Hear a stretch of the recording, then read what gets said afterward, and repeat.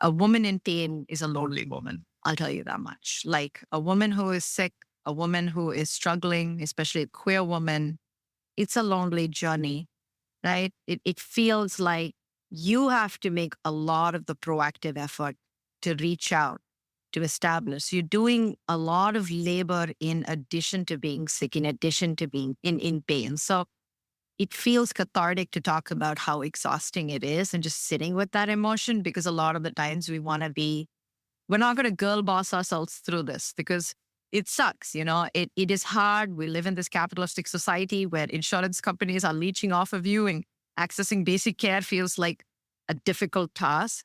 So I think it's okay for us to sit and wallow a little, that it is a lonely journey and that it is hard for a lot of us to access care the ways that we need to feel supported.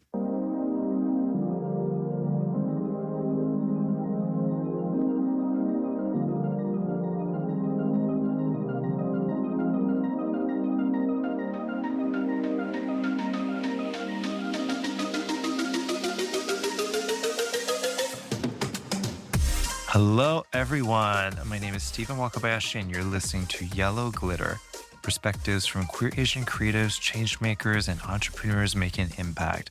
This episode, we're joined by an extra special guest, Dr. Varuna Srinivasan.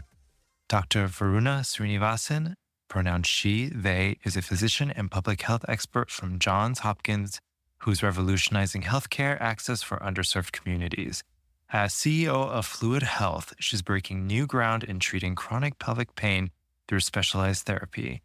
Her groundbreaking work includes developing Planned Parenthood's first Asian American abortion toolkit, and she's been recognized by Serena Williams, I Love, as a woman of courage. A regular contributor to major publications like The Washington Post and Vogue India, Dr. Srinivasan serves as Allure's sex columnist and sits on Parents Magazine's expert board. She's earned multiple accolades for her advocacy in LGBTQ rights and reproductive health care, consistently pushing for more inclusive health systems. Based in New York City, where she lives with her husband and dog, this Buddhist physician turned entrepreneur combines her medical expertise with a passion for social justice to transform healthcare access for women and sexual minorities. Welcome to our podcast. Thank you so much for having me. I'm so excited. Yes. We're connected from a mutual friend who spoke so highly about your work. And when we were digging further into it and doing some research, it's quite interesting, this thing that you're working on. And I just want to first start off and ask, what inspired you? Why is this so important? I think a lot of it, and I think through your podcast, you'd have learned this as well. So much of it comes from our own lived experiences, right? And so we're solving a problem that we are facing. And coming from healthcare, I feel like every single person is accessing healthcare, is living in this body that's highly politicized, in a world that tends to restrict how you can access healthcare and what is the right way to access healthcare. It's such a gendered experience. It's such a racialized experience. And I'll say, in short, that a lot of it has to do with some of my own experiences. And I think that's what drives a lot of the work that I do. Yeah. Was there a particular experience, something that had happened in your life that gave you this realization to pivot, to focus on this? So I finished my med school in India, and I was pretty young. I had gone in India, you go into med school right at 18 and you graduate while your frontal lobe is still developing. So you're not, you're like, I graduated med school before I was 25. I got my first job working with Doctors Without Borders, and a lot of my life happened before 25. And, you're making a lot of big decisions then. But something that was consistently coming up, I think, was how much I think we often attribute a lot of health issues to individuals and not so much to the system. And so even during that period when I was working and doing all of that, taking on massive amounts of stress, I was diagnosed with my first autoimmune disease when I was, I think I want to say 26, like so Wow. about a year after. And just recently this year, I was also diagnosed with my second autoimmune disease. And so living in my body, living with the fatigue, living with this amount of pain and trying to access care felt really difficult. It felt really hard to be able to build this life where there is ease and where there is a lot of joy. For some reason, that didn't happen so naturally to me. And I was blaming myself a lot of the times that, I wasn't doing it perfectly. And that a lot of the mistakes that I kept looking at all of these issues through the lens of my own individual choices, which to an extent, Yeah. yes, we can attribute, some of the health issues that we have to individual choices, but it really pushed me to take a hard look at the system, And that's also one of the reasons I had pivoted from working in such a high intensity field like medicine Yeah. to working in public health and actually working in more of like a systems oriented approach and understanding what are the barriers to care? Why are particular populations more affected than others? And I think, just living in my body and trying to build a life that affirms me has honestly also taught me so much about this process. Yeah. And so much of this individualized focus, I feel like, while on one hand, you want to give autonomy, you want to give freedom, you want to give Yeah. people independence to make the decision, but also sometimes a lot of medicine, to your point, it starts to blame the individual for their actions Yeah. versus looking at the macro, right? Especially even when it comes to food. There's certain food decisions that we have no jurisdiction over No. that is above us, even above FDA and the way the farms and the food and the agriculture system, right? Yeah. But then it comes to us and they're like, but you're eating so unhealthy. But even when it comes to autoimmune, it's all interlinked behaviorally, also with so much of the work culture in the Correct. States, Oh my God. right? Exasperating us. Yeah. I resonated with so much where we're in this system that is so broken. And I think the sooner we can recognize it, the sooner we can make some change happen. Yeah. Absolutely. I agree. And I'm just curious, even from your transition from India up until America, was there any things that surprised you, especially when it came to what you saw happening in America? You know, I love the healthcare system in India, if I'm being really honest. I think that it's much more rooted in community care and communal care. Yeah. I'll give you an example. I think just talking about dental care, which I think every single one of us has gotten a teeth cleaning, has gotten some, has gone to their dentist at least once a year. Yeah. So while I've been in the US for the past couple of years, I've seen a dentist and I've only seen them for teeth cleaning. They kind of just look at my teeth overall. And I've been mentioning that I have jaw pain, like I have a lot of jaw pain, and that one of them just like offhandedly mentioned that I should get Botox. Yeah. And so I wasn't really sure where to go get that.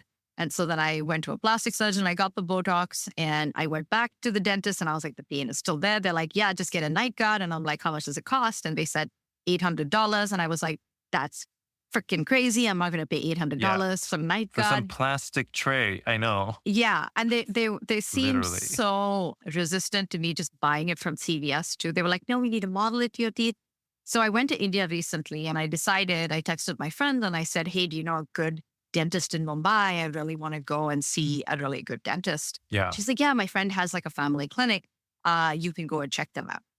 And so from the moment I stepped in, it felt like a completely different like healthcare experience where I felt like we were talking. I mean, yes, we were friends, but also I found this across the board where there was no anxiety kind of going in. I felt very comfortable kind of talking to them, having conversations about my lifestyle and talking about what I needed. And it was really interesting because I was like, I need a night guard. And from talking to me, they were like, you don't need a night guard. You seem to have pain that's radiating to this point, this point, this point, that point. And I'm like, how Mm. did you know that? And they were like, well, you have like the temporomandibular joint dysfunction. And I was like, how is it possible that I'm paying dental insurance Yeah. and I'm paying thousands of dollars and they just like misdiagnosed me for that long in the US? Yeah. And I come to India and the whole experience of like they mentioned that I don't need a night guard, but an occlusive splint. And I know this sounds like a really boring story, but I think that for me, I could see the difference night and day where being able to communicate with my doctor in India, being able to actually like talk through some of my anxieties and what I'm feeling. I was able to share parts of my job, Yeah. what contributes to my stress.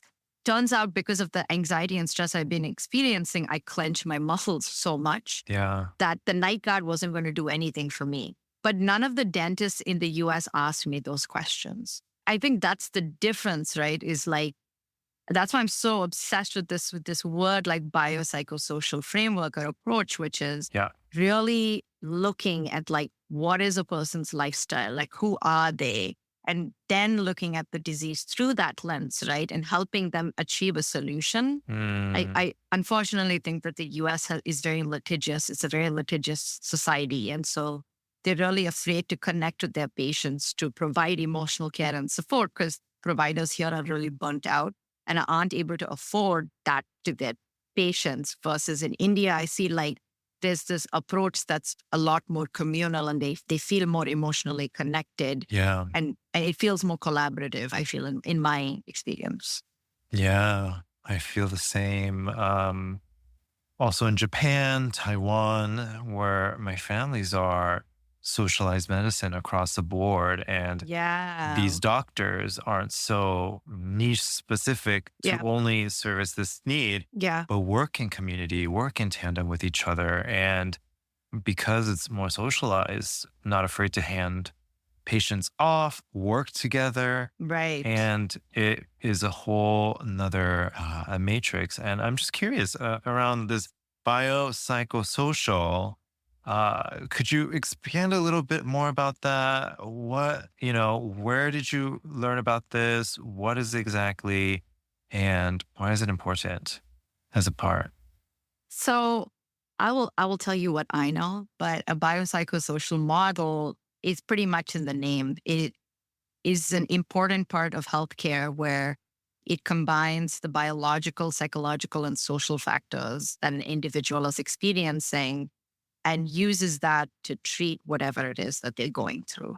So it doesn't just look at like, oh, you have these like physical symptoms. Here is a treatment, which a lot of medicine is prescriptive. Instead, what it does is it says, okay, you are like, let's take your race, for example. Yeah. Let's take what is your living situation? What is your job like? What's your diet? Where do you live?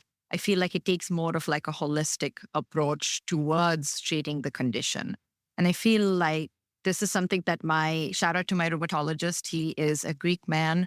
I love him so much. Hmm. He is into functional medicine and his approach to helping me treat my rheumatoid arthritis has been so through the lens of the biopsychosocial model, where he not only did the blood tests, he not only looked at the symptoms, he also said, girl, when did you move to the US? How long have you been here? Your gut Mm, bacteria has completely changed. Like, how many hours are you sleeping a night? Let's refer you to a sleep study specialist. What is your actual diet? Like, let's go over every single thing that you're eating right now. What is your relationship like? Do you have a good relationship with your parents? yeah. Like, are you married? Are you divorced? Like, what are some stressful events going on in your life? Are you going to therapy? Are you on any psychiatric meds? And so it's very, very thorough. But I think that in the long run, employing such a model, I think can go such a long way in improving health outcomes versus saying, you have a headache, here is your medication. Oh, you have stomach pain, here's some Pepto Bismol. Yeah. Oh, you have allergies, here is some Benadryl, which is, I think, because we live in such a pharma heavy culture, or we live in a culture that, again, is litigious, like I mentioned, it seems to be very prescriptive and one dimensional versus a biopsychosocial model is not. Yeah. Beautiful definition. And I'd love to talk more how you're applying that into fluid health and the work that you're doing. So where is everything? Where's your organization at right now? Yeah, we are relatively new. We're about a year in, and I left Planned Parenthood last year, and I've worked my fair share in nonprofits and academic institutions, wanting to really build something new. I'm really, again, I draw a lot of inspiration from community care models in India, Yeah. from ASHA workers, from social workers. I think that supporting members of the community in a way and helping them access care is again something I'm interested in. And so Fluid was born to revolutionize and sort of radicalize health service delivery. A lot of women, especially those who are queer, struggle to access care because, of a multitude of reasons, but one's mainly being the fact that it's tough to talk about sensitive and intimate issues to your provider, Yeah. and especially if you're going through something as difficult as pain. From a lot of the user research and market research that we did, we found that pain is an incredibly gendered experience. And if you are queer, if you are a woman, you are less likely to be believed for your pain. Some people wait up to 7 years before receiving a diagnosis. And so they're just Mm, experiencing pain, that's affecting a big part of their lives. It's affecting their relationships. It's making them take time off work. It's making them spend tens of thousands of dollars so that they can diagnose it. And unfortunately, the thing with something like chronic pelvic pain or even sexual pain is sometimes it doesn't yeah. have a diagnosis, and you have to go and see multiple specialists. And so, thinking about all of this, we wanted to build a care system, or a care model that made people feel affirmed from the time that they walked in to the time that they left. And so, Mhm. based on this, we built our first MVP and we're pilot testing right now. And we connect women and sexual minorities who have issues related to chronic pelvic pain, any chronic pelvic pain syndromes, which can include endometriosis, genitourinary dysfunction, any sexual dysfunction with sex therapists. And this is a critical gap in care that we have found. And so our app is a simple scheduler app Mhm. that directly connects patients with specialized sex therapists. And so the sex therapists they have a deep understanding of the queer experience. They have a deep understanding of sexual dysfunction. Mm, And through this, we are trying to test if the multidisciplinary approach that we are trying to build out here, which not only include medical treatment, because sex therapy is not, again, a replacement, but is more of like a supplement and an adjuvant, because a lot of the clients that we're working with right now already have OBGYNs or primary yeah. healthcare doctors. What we're trying to say is that sex therapy is an underutilized but crucial component treatment, and we're trying to provide that psychosexual support. So we are trying to combine the psychosocial support with whatever other like Mm, prescriptive sort of medical care that they're already going through, ultimately providing that support that they need. So we're in the pilot phase right now. It's very exciting, a lot of lessons learned. And the goal is to build out more of a comprehensive clinical model in the future that again employs a lot of these different multidisciplinary care for people who have pain. yeah. And I love how even in you sharing a little bit about the business model right now and what you're going after as a part of Yeah. the first iteration of your product, already seeing this notion of communal care, right? And this notion of bringing in other advisors as a part of people's healthcare journey. And I've also run into health issues myself.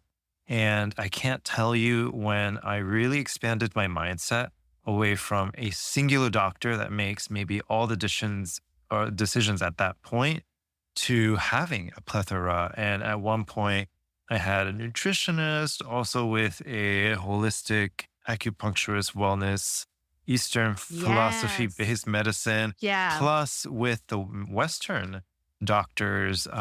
They really were able to figure out and diagnose what was happening with my health. But what I learned was each different segment of different therapists, different wellness folks, and even Western versus Eastern philosophies of medicine. There's so many things that we can learn, but limitations to it too. And then, especially in the Western context, at least what was failing me at the time was we're so good at collecting numbers Yeah. and we're so good at collecting all these diagnoses and reports. And we put a tube in there and camera, Right. we record the everything, right?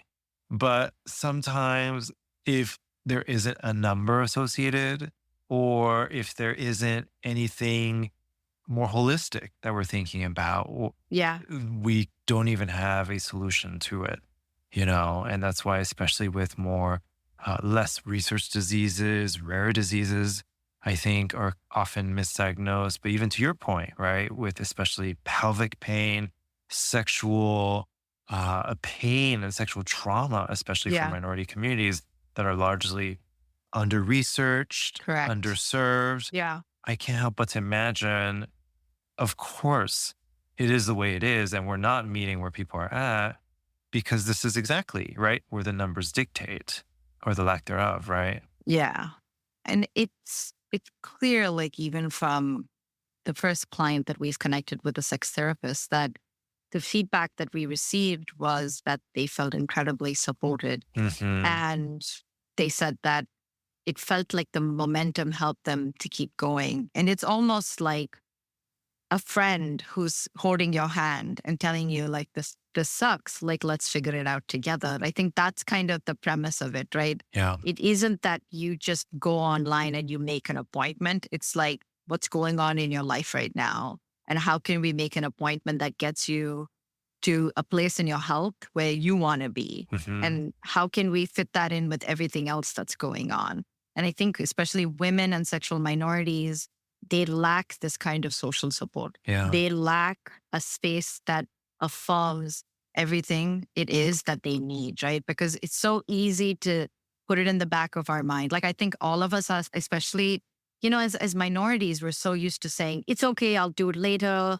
I'm going to continue to push my body. I think it's fine. I can think about this later. I don't have time for it. Like even just thinking about my mom, for example, I think this is another example that just keeps coming up. She would often say, I can't fall sick right now. I can't afford to fall sick. I have to take care of you guys, or Yeah. it's always something. And it's like, I really wish that someone had said, I'll babysit the kids for you.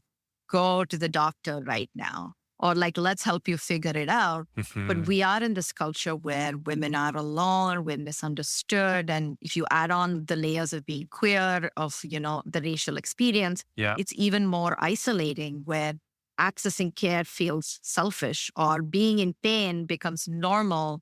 And it just is taking that toll. And sex is supposed to be something that's supposed to be fun. It is supposed to be fun. It is something that you want to Hmm. use to connect with your partner. But what ends up happening is when you don't get that support, when you don't find models of care that affirm who you are, and provide whatever support you need for where you are in your life right now, that self isolation or that isolation becomes stronger. And then ultimately it just contributes to a lower quality of life overall. And I think that's what Yeah. I feel so passionately about this, and what we're building through Fluid is more than just like helping you schedule an appointment. It's really hoping to be a friend, Yeah. or hoping to be a family member, because I feel like supported care goes such a long way Yeah. in helping you get to where you need to go. Yeah. Why do you think we put ourselves on the back burner when it comes to this care? I mean, so much of it again is like why I think we need to examine systems so critically, right? Where again, a lot of the research is done in male bodies and is extrapolated to women and other developmentally diverse folks, where you're kind of going in and they sometimes don't really have a clue, if I'm being honest, right? They're not able to pinpoint a lot of what's going on. How is the pain related? What makes the pain worse? And I'm using pain as an example because I think that is such a good, like it is again, a gendered and a racialized experience, right? Where we've seen that Hmm. when women go in for pain, they're more likely to wait longer. So these are actual statistics that you wait 30 minutes longer at the ED for pain medication, or you're less likely to receive pain medication, or you're asked to prove your pain. And so then it kind of becomes this big hurdle. Like, why would I go in and try to ask for help when I'm not believed?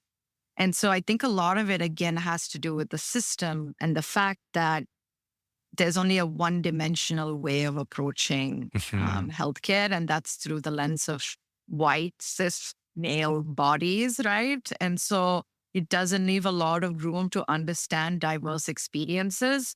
I think another good example is the fact that a lot of women don't often see their emotions or their emotional reactions as something bad versus anxiety is actually a real symptom. Like, if you have anxiety is actually a symptom of a heart attack in a woman, for example, or for someone who is queer, a lot of the anxiety again could be translated to whatever they just recently went through with their family, right? Like maybe Mhm. that's also exacerbating the pain. It's making it worse. Like you just had a fight with your dad, or your dad's really not accepting who you are. You're like struggling in the closet. Like Yeah. a lot of that can sort of play into the existing symptoms. And that's something that a lot of providers can't really recognize or aren't able to see because they only learn the typical presentation of a lot of symptoms. And so when they see these like diverse presentations, they're just like, I don't know, it's too overwhelming, or let me throw some pills at you, or let me refer you out. And don't even get me started on insurance and finding good providers. But Yeah. I feel like it's just a really difficult situation where you're kind of already struggling. It's hard to kind of access the right care because it's a broken system? Yeah. And it's easier for us to take ourselves out Yeah. because we're like, what's the point? What's the point? Why even bother? Yeah. I mean, so many of us have experienced discrimination. We hide the fact that we're queer. We don't want to talk about it in the provider's office. That was something that was also coming up a lot for us when we were doing our initial user research was Yeah. you just tick bisexual. Like I would just tick bisexual in the intake form, and then it would never come up again, Yeah. ever? Or there are like stereotypes, or if you're like gay, then they automatically make real assumptions about your sex life. Mhm. Or if you're bisexual, they make Yeah. assumptions that you're like sleeping with a lot of different people. And I think it's kind of exhausting, right? You're kind of just like, Mhm. what is the point of me having to go in and do this? Or you're kind of also put in that position of educating the provider. So then you have to do a lot of the labor where you're like, actually, this is the difference between bisexual and pansexual, and Yeah. your biases aren't really helping me out. And there are real statistics that show how much queer trans people avoid care or avoid, like bisexual women, for example. It shows us statistically are the least likely to get preventative health screenings. So, like mammograms, HPV. And so, as a result, we're more likely to develop cervical cancer. We're also more likely to develop autoimmune diseases, which like makes Mhm. sense because like I'm part of that statistic. And so I think it's all interrelated that way. Yeah. What comes up for me is I think the example that probably a lot of listeners and a lot of folks have seen trending on social media, right? Where you have those little sensory pulse things that these men put on, right? To imitate Oh, the uterine PMS ones? contractions. Yeah, I just Yes, saw yes, that. yes, Yeah, yeah, yes. yeah, yeah. And they're basically using these devices to initialize what would be a similar sensation as a contraction or the feelings that most often femme bodies would have during periods and Yeah. cramps and menstrual cramps. And even the light aesthetic, these men are flinching and then what they'll do is they'll, put the exact same diodes on Right. these femme folks and they're like, it's fine. What's the point? And it just shows the stark difference of pain and the receptivity of pain and how we've built such a tolerance to it.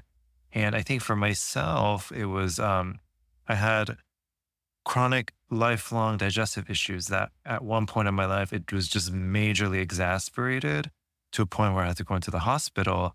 But when I started to really, so basically, I went on this diet, which was just bone broth for like almost a month. It was awful, but it reset so many digestive issues Oh, to a amazing. point where even some of the things that I was noticing that I had lived my whole life with started to go away. That was kind of a shocking moment for me. And I can't imagine Wow. pain being any different from that, where maybe you have lived your whole life assuming this is normal, this is the way things are. Yeah. And it really takes a village to help shed some light on actually, no, you don't have to feel like that. No, You don't have to live life like that. But no. that's hard. That's really hard to, yeah, to even experience or have the privilege of experiencing in this country. Yeah. Yeah. I also have chronic pain, and Yeah.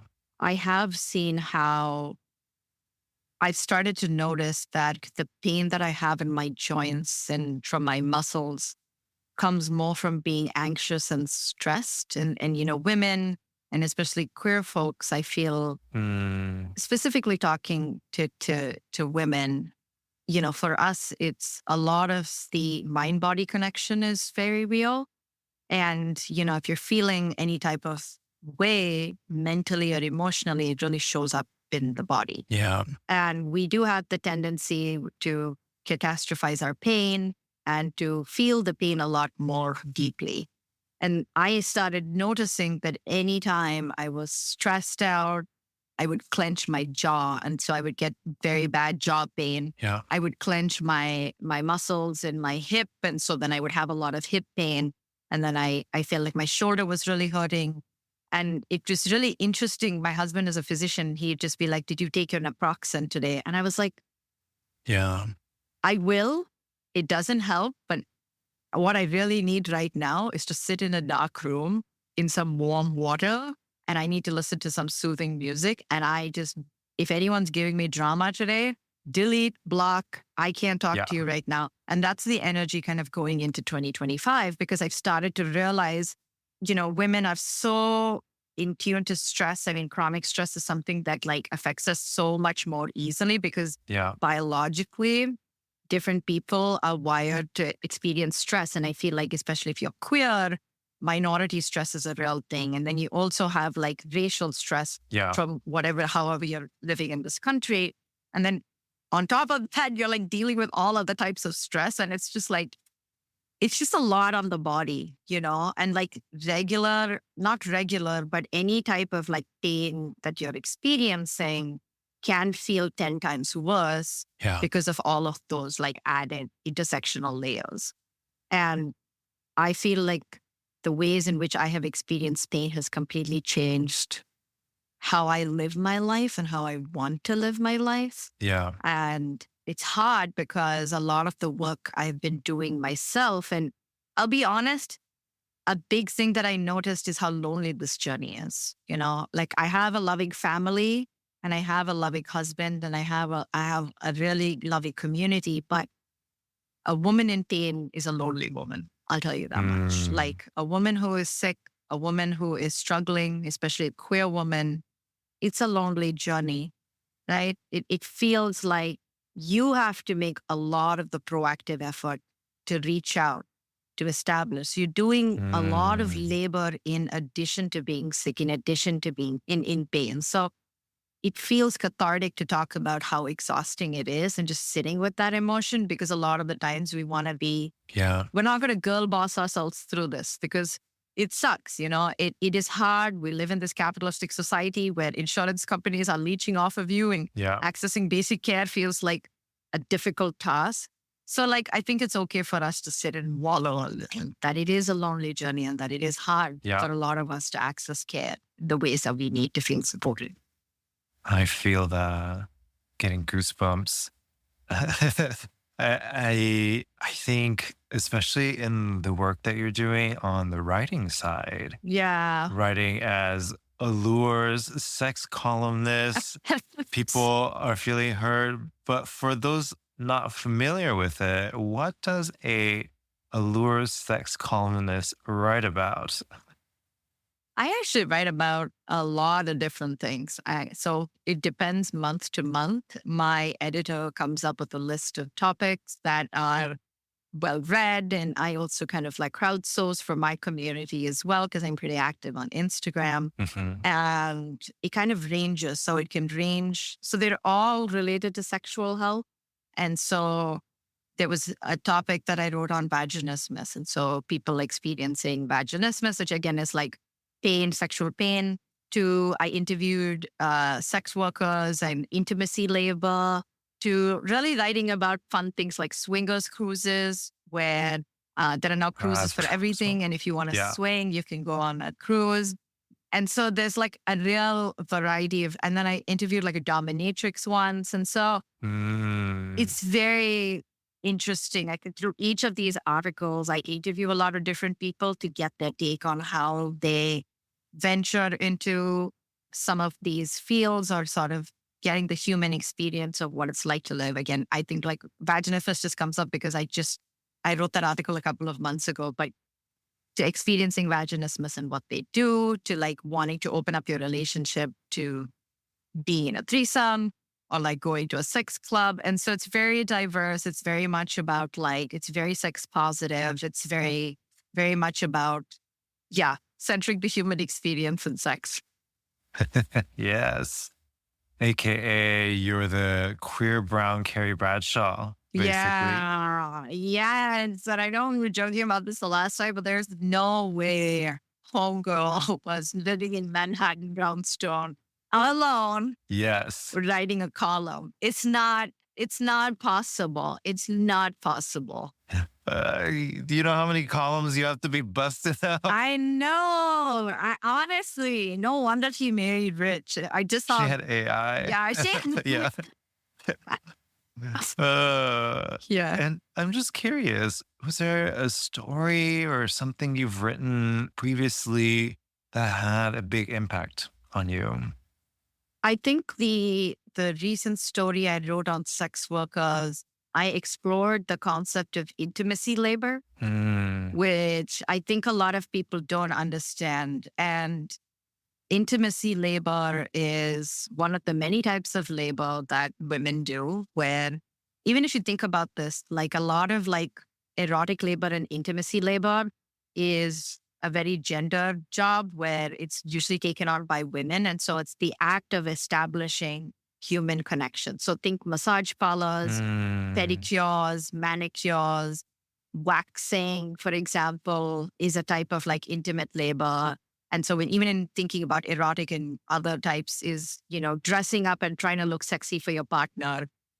So like wearing lingerie, initiating date night, initiating sex, making sure that the sexual spark stays alive. yeah. And erotic labor specifically is women who sell sex, who do cam work, who do, full service sex work, who are strippers, who do erotic dancing.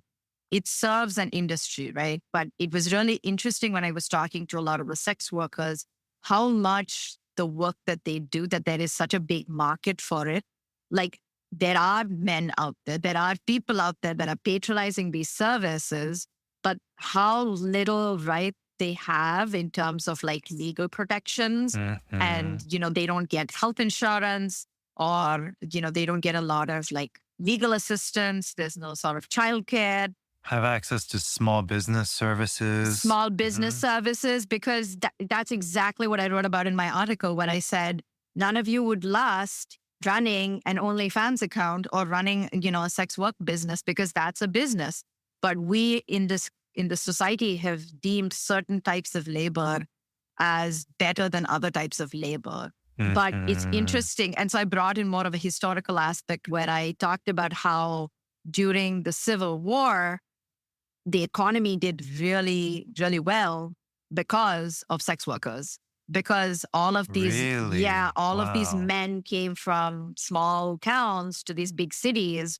And so then sex workers went to those big cities, set up brothels, which then led to like Mm. these more areas where they were just brothels. And I think now it's called red light districts, which Yeah. maybe isn't so related, but urbanized spaces, like Hmm. urbanized brothels became a Yeah. thing and economies started doing well because of how much Oh, these wow. brothels were servicing these men.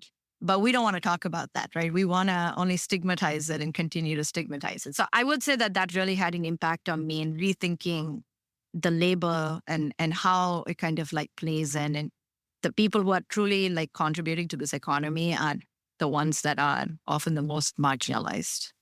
Yeah. And we sometimes forget to realize how important it is. Even in the space of tech, I was reading this article about Google search history is just broken down. And always top 10, porn will be some of the biggest searches, Yeah, and it contributes so much to innovation in video, tech, all across the board. all across the board. I mean, even now AI is like with these deep fakes, and Yeah. it's very interesting. Yeah, I do think it's they don't realize how much of like erotic and intimate labor that women and other like queer folks put in towards Yeah. keeping this going. Yeah. Wow. I'm definitely going to earmark Yeah. that as a part of just good insight. Yes, America is America because of the sex workers. yes, it is. Yes. And I want to touch on a topic that I, I I find so fascinating also this intersectionality of your identity, your South Asian Yeah. background, Yeah. also with some of the work that you're doing. And I can't help but to think immediately, even for myself, if I was writing a column about sexual intimacy and sex, I think my mom would, I don't even know what she would say to me, Yeah. but she definitely would wince at that. But I'm just so curious, like your family and your communities, especially your South Asian community, especially in Asia, where we stigmatize sex, we stigmatize intimacy. Right. How have they responded with your work? I think my parents aren't completely, I don't think they know the nitty gritties of the sex column, only that I like do a lot of like educational work. Yeah. They're still very old fashioned in that They're like, allure, amazing. they're like, yeah, that's so Yeah. great. That's amazing. What does your husband think about that? And I'm like, I don't care what he thinks about that. So it's like, it's funny, but it's also frustrating because Yeah, I think it's also, again, like one of those things where you're breaking a lot of the generational trauma yourself, definitely. where like, Definitely. I know that I'm putting in the work to be more sex positive because I grew up in a really sex negative culture. And I was just talking to another friend about this, but even this time going back home to India, it's like there's so much of like hypervigilance and body surveillance around Hmm. existing as a woman, and how much like even being in India, like I was, making out with girls and hooking up with girls, at parties, but in public I was dating men. And there was constantly this fear Mm, of existing, of being open about, and I think things are changing now, of course, but it's also that I just feel like I've come such a long way in that. And yeah. it's touching when when others reach out to me and say, hey, I'm South Asian and you've actually like changed the way that I think about some of these issues, right? Or That's like, beautiful. oh, you're a brown girl talking about sex. And it's like, well, we're like a country of 1 billion people. How do you think a lot of us got here? But also, yes, like let's rewrite the script because Yeah. we didn't get the sex talk that we needed growing up. Our parents were always just trying to protect us from creepy men. And so we never got these spaces to like exist openly and proudly. Purity culture. Purity culture Hmm. is so real, rape culture is so real. And so I think that it's kind of a double edged sword in that my parents are definitely very much like a little like in the dark about what I do. Like even when they found Mm, out that I was bisexual through the Vogue article, and they asked my brother and they were like, she's bisexual. And my brother was like, yes. And they were like, okay, as long as it's okay with a husband. And I was like, okay, thank you. That's so unhelpful. But also, I'm in Vogue yeah. and I'm talking about being bisexual. So it's kind of like Yeah. a double edged sword, you know? Yeah. Yeah. Yeah. You're like, he did not help me get this column. Not at all. No way. I mean, no way. No. Yeah, it's tough. Yeah. But Yeah. I mean, to put in a perspective, right? Like most Asian countries still don't have queer rights, queer liberation. This is really, we're at the precipice of Asian countries starting to legalize same sex relationship, marriages. But even when it comes to sex, I think Japan's a really interesting use case, right? Where they stigmatize it so much to a point where the population is steadily decreasing.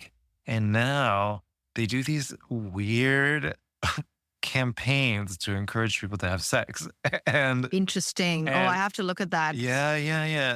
And they have these campaigns to encourage more rituals around sex and sexy time and are trying to push it. But I think you're at this point now where the country, I feel like the older generation recognizes it. I was just in Japan a month ago and I was just talking to my friend who lives there and she was just like, they put these like infomercials on to encourage people like sex is important, Oh my but they God, don't do that's the hilarious. education piece with it, right? Or they No. don't do the normalizing of it within other social spheres. And so you still have this conservative, purity based culture that's in most parts, right? And like how you show up in like social spaces, friend gathering, family gathering. And then you have these PSAs running saying, Right. please go have sex. It's your duty. I mean, yeah, it's because a lot of countries, again, see sex as something that's like procreative and not recreational, which, Yeah. How do we move away from that? a lot of it is like sex education, which is where I got a lot of my community built around is really emphasizing the need for safe spaces where you can just have a conversation about sex. What most people don't realize is they think sex education is, oh, you're teaching my kid to have sex and you're telling them to be gay. And it's like, no, they Yeah. are going to try to have sex and they are going to like eventually explore their sexuality. I think what sex education does is it provides a safe space to do that. It's kind of like harm reduction where we help you prevent STIs and pregnancy and Hmm. explore what is natural and human to you in a really like supportive way. And I'm a big proponent of that. I feel, thinking about it, thinking about my future as a mother and thinking about the kids that I want to have, like it's uncomfortable and many parents don't want to talk about that, but you need to be able to teach your child everything that they need to know about their bodies, right? Like what is an appropriate touch, what's an inappropriate touch. Yeah. But also the fact that a lot of people don't realize that sexual oppression starts so early and even Hmm. like gender roles start really early, right? And the big, like even Hmm. educating yourself as an adult now is understanding that, oh, when I was growing up, my dad painted my room pink and he only asked me to wear dresses. And so there was no sort of like room for diverse experiences in what Yeah. my gender could be. And so a lot Yeah. of it is that, like, it isn't just like sex education in school, it's also creating spaces at home where your child can feel comfortable dancing the way they want to, wearing what they want to, playing with the toys they want to, choosing that life for themselves, right? I think a lot of it has unfortunately been misconstrued right now. And I don't know what's going to happen with the new presidency. It's probably going to get a lot worse where Yeah. there's going to be a lot of attacks on queer and trans kids.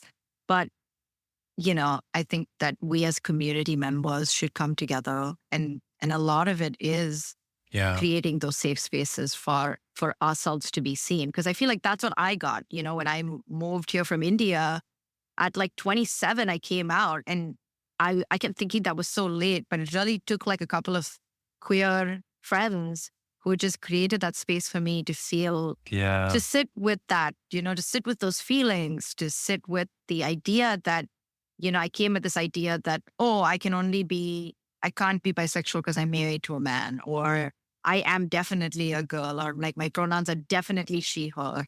But like really thinking about Yeah. that safe exploration, I think is what everybody deserves. Yeah.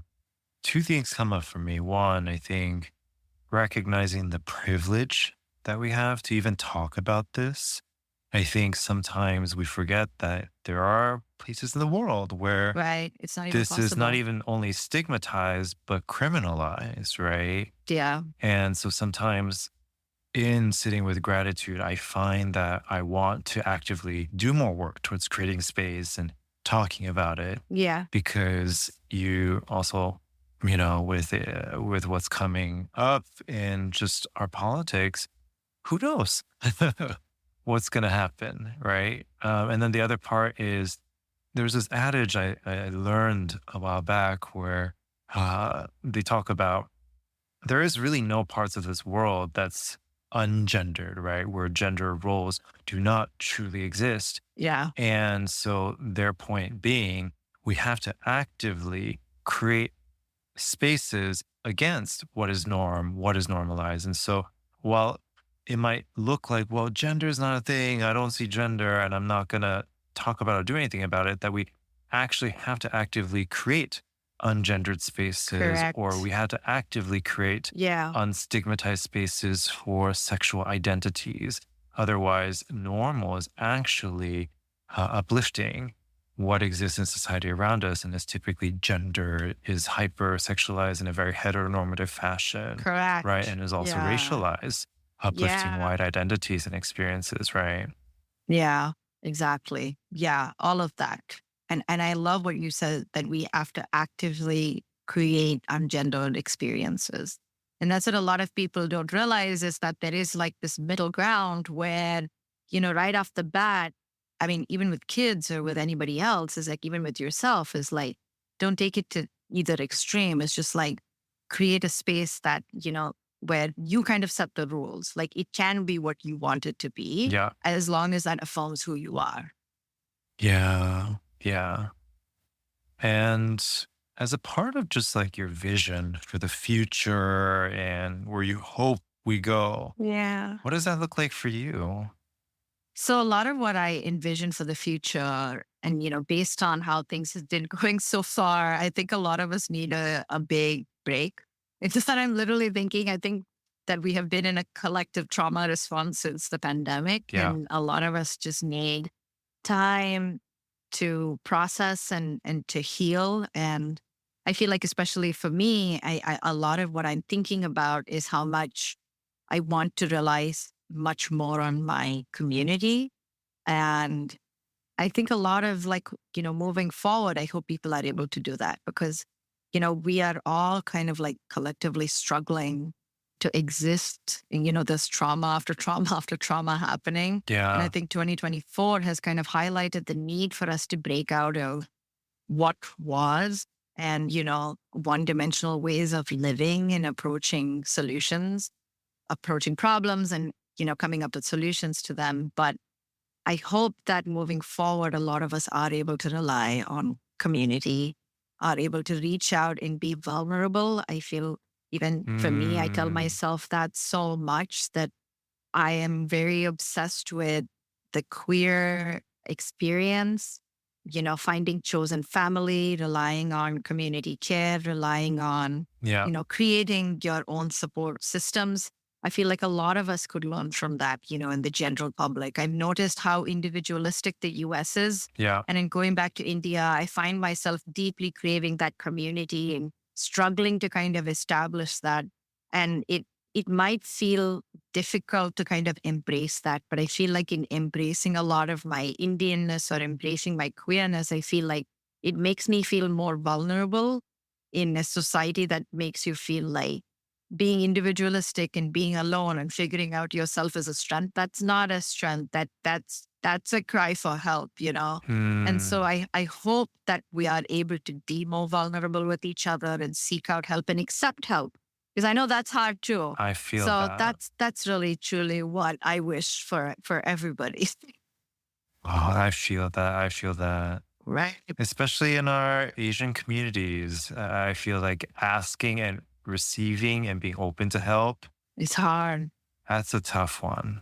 It's a tough one. Yeah. A lot of us don't feel ready for that yet. Or we see it as a sign of a weakness. We see like asking for help, asking for money, asking for support. And I feel like that's kind of my new agenda for the next 10 years is asking and giving, and it's Yeah. opening up your heart. And also, like, aside from that, is also like resting. I feel like the resting is it's just become such a big part of my life now. Centering rest, centering relaxation, leisure, and pleasure, Yeah. which doesn't always feel accessible to us, right? Because our bodies, again, are highly politicized, and it's a very difficult experience. So Yeah. that's also another thing that I hope that we can center. Yeah. It was like a quote, or it was like one of those reels with just like text on it Yeah. and a video background. Yes. But it was talking about how animals know the beauty of pleasure. And it's not in this selfish way, right? Where it's like, I want all the money, but it's joys, the pleasures, enjoying life, enjoying rest. And if this is so programmed as a part of nature, as a part of our pets or creatures all around us, why is it not so important for us to make sure we center that too? Yeah. Like flowers and trees, and as well, they all have seasons. And Yeah.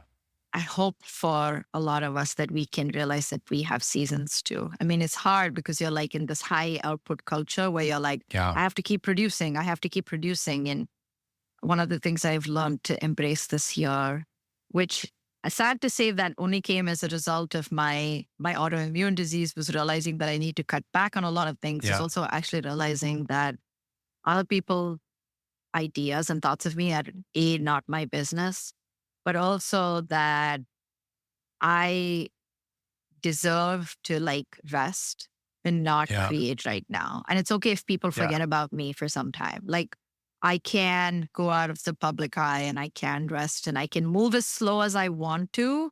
I think that one has been a really hard one for me, Yeah. and that I can actually, like, when I was kind of going through a tough time, I created this group chat and I wrote Varuna support group, and I added my cousins and my friends and my husband to it. And I said, I need you to send me memes and I need support. And, like, Yeah. it had to happen because sometimes there are periods where it's just not your season, to shine, and that's I okay. love that. Yeah. I'm definitely gonna be inspired by that analogy. And it's a season of Yeah. rest. Go It's a home. season of rest. Yeah. No one disturb me right now. I'm busy. Yeah. I'm busy resting. Yeah. So we're nearing the end of our episode, and I have a few questions for you. One, what's inspiring you lately?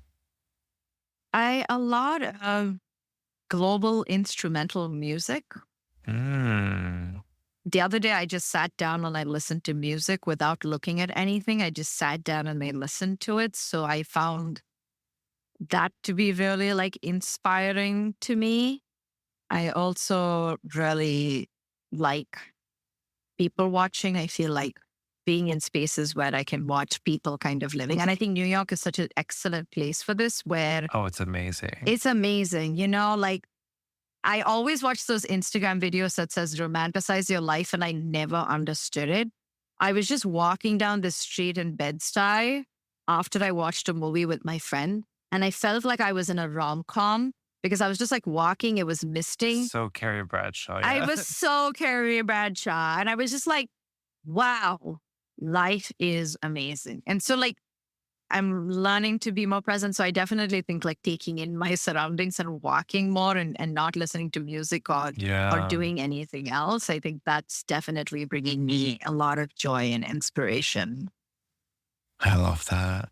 What is something you want our listeners to take away with? I think there are a couple of things that I'd like them to take away. I think one is to center yourself and rethink your models of care going into 2025. Who is supporting you? Are your current routines serving you? Are your providers the ones that you are helping you get to where you need to get to? I hope you can find advocates in your life, even if it's not through fluid health, either through yourself or through someone else. And also to just support fluid health if you know someone that is going through pelvic pain or sexual pain that can be connected with specialized care, you can email me. I will have Steve sort of share my email address with everybody. Hopefully, it'll be there in the caption Yeah. or more so on the We'll put in description the of the podcast. podcast memo. Yeah. Yeah. Yeah. I love that. Also, just to say hi, I think that I really like Mm. connecting with people and hearing stories. So if there's any part of this episode that spoke to you, I'd love to hear about it. Yes, we'll do. And how can people best find you and follow your work? That is the most important information. Yeah. So in addition to my email address, which Steve will add to the podcast description, you can find me on Instagram at DrVaruna Srinivasan. That's at Dr. Varuna Srinivasan. And I don't have like a live website right now because I'm still working on it. Or you can go to myfluidhealth.com. Awesome. And if you enjoyed listening to this episode, you can also give us your thoughts in a rating and review. We're so blessed to have amazing folks come onto this podcast to talk about beautiful topics, especially in this instance around pelvic health and the importance of communal care. And then also you can follow us on social at Yellow Glitter PD on socials everywhere. And feel free to visit our website at yellowglitterpodcast.com to view the full show notes, the transcript, and to give us any of your additional thoughts. We're here for it. And then we're just really appreciative for you for showing up today and for sharing a little bit about your story, your life, and all your little Carrie Bradshaw moments with us. Well, thank you so much for having me. This was amazing. Awesome. And with that, listeners, hope you took a lot from our episode. And we hope your day can be a bit more mindful, a bit more communal, and centering yourself as a part of your day. We'll talk to you later. Bye now.